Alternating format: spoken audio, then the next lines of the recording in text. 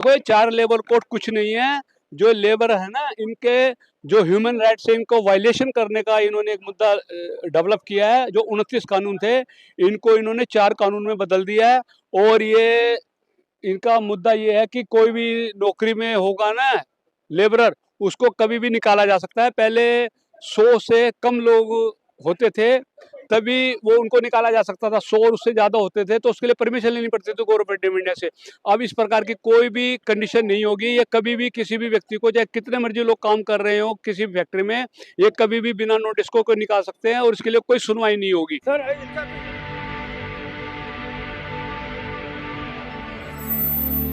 जय भीम, मैं मेवालाल और आप देख रहे हैं बहुजन समय। साथियों, आज पूरे देश में एक मुद्दा छाया हुआ है। जो 4 लेबर कोड सरकार ने पारित कर दिया है, 29 थे जो उसको रद्द करके 4 कर दिया, वो क्या है इसे समझो। वकील साहब जय भीम। जय भीम। और बहुजन समय को बहुत बहुत धन्यवाद जो आपने मुझे अपने विचार व्यक्त करने के लिए मुझे आमंत्रित किया। मेरा नाम है राधेश्याम कंसोटिया। मैं दिल्ली हाईकोर्ट में एडवोकेट हूँ और मैंने दिल्ली यूनिवर्सिटी से LLM किया था और बैंक ऑफ की जॉब छोड़ने के बाद मैंने 25 साल पहले वकालत चालू की है। सर, ये जो 4 लेबर कोड क्या है? 4 लेबर कोड कुछ नहीं है। जो लेबर है ना, इनके जो ह्यूमन राइट्स है, इनको वायलेशन करने का इन्होंने एक मुद्दा डेवलप किया है। जो 29 कानून थे, इनको इन्होंने 4 कानून में बदल दिया है। और ये इनका मुद्दा ये है कि कोई भी नौकरी में होगा ना लेबरर, उसको कभी भी निकाला जा सकता है। पहले 100 से कम लोग होते थे, तभी वो उनको निकाला जा सकता था। 100 और उससे ज़्यादा होते थे तो उसके लिए परमिशन लेनी पड़ती थी गवर्नमेंट ऑफ इंडिया से।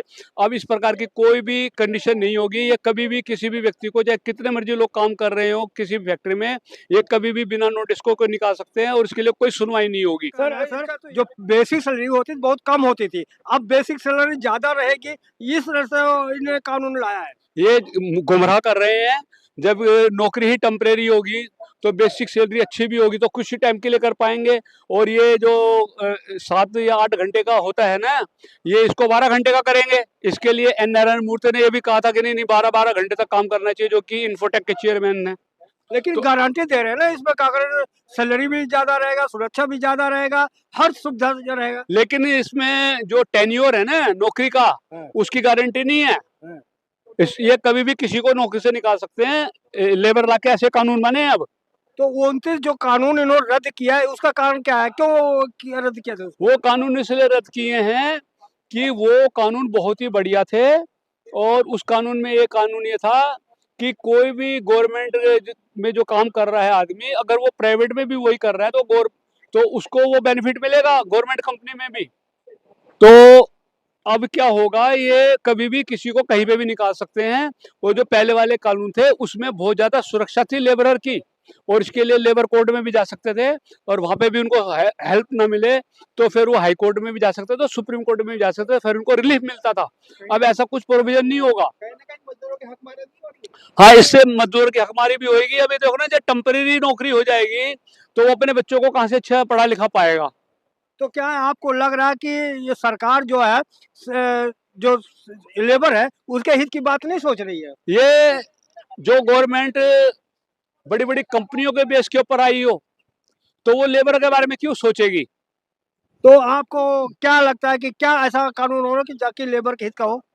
लेबर का हित का कानून ऐसा होना चाहिए कि उनकी सैलरी अच्छी होनी चाहिए, उनकी सेफ्टी होनी चाहिए, उनको हेल्थ के मामले में हॉस्पिटल की अच्छी सुविधा होनी चाहिए, अच्छी एजुकेशन की सुविधा होनी चाहिए उनके बच्चों के लिए, और रिटायरमेंट के बाद उनको पेंशन की भी सुविधा होनी चाहिए ताकि वो एक अच्छा जीवन जी पाए। सर, एक लास्ट सवाल, क्या आप जो सरकारी नौकरी बढ़िया होती है या सरकारी नौकरी बढ़िया होती है? सरकारी नौकरी। हाँ, जो सरकारी नौकरी या प्राइवेट नौकरी, कौन सा अच्छा होता है? देखो, प्राइवेट नौकरी थोड़ी अच्छी इसलिए मानी जाती है क्योंकि उनमें सैलरी अच्छी होती है।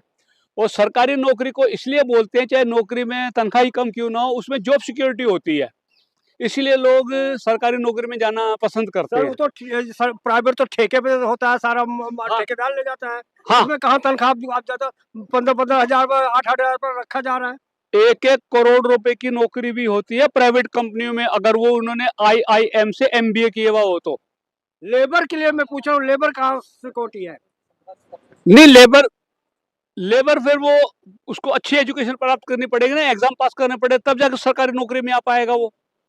तो क्या सरकारी नौकरी में ये इसलिए बढ़िया है कि वहाँ लोग काम नहीं करते, प्राइवेट में ज़्यादा काम करते हैं, इसलिए सरकारी ठीक नहीं है, प्राइवेट अच्छा है? जो भ्रांति फैला रखी है ये हाँ। सरकारी नौकरी में, आपको 3 मैं डिपार्टमेंट बताता हूँ। एक तो बैंक, एक रेलवे और एक पोस्ट ऑफिस। इसमें पूरे इंडिया में जनता भरी हुई आती है खूब। यहाँ पे काम होता है तभी तो आती है। अगर करप्शन होती तो रेलवे ट्रैक के ऊपर ही ट्रेन खड़ी हो जाती, चलती नहीं।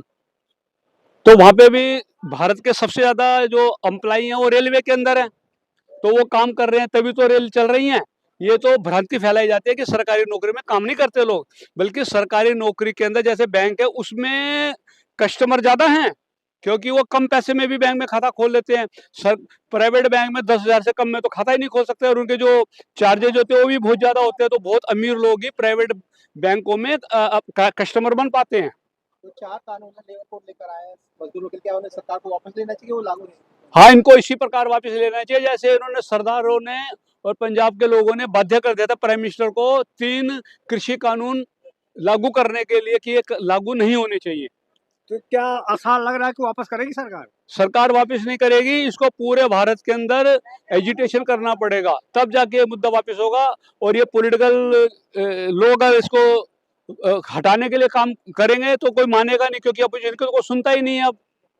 तो वकील साहब आपने बहुत बहुत धन्यवाद। हमारे जो दर्शक हैं, जो लेबर लोग हैं, उनके अच्छी जानकारी दी। कैसी रही बातचीत, प्रतिक्रिया में जो बताए। जय भीम, जय भारत, बहुजन समाज दिल्ली।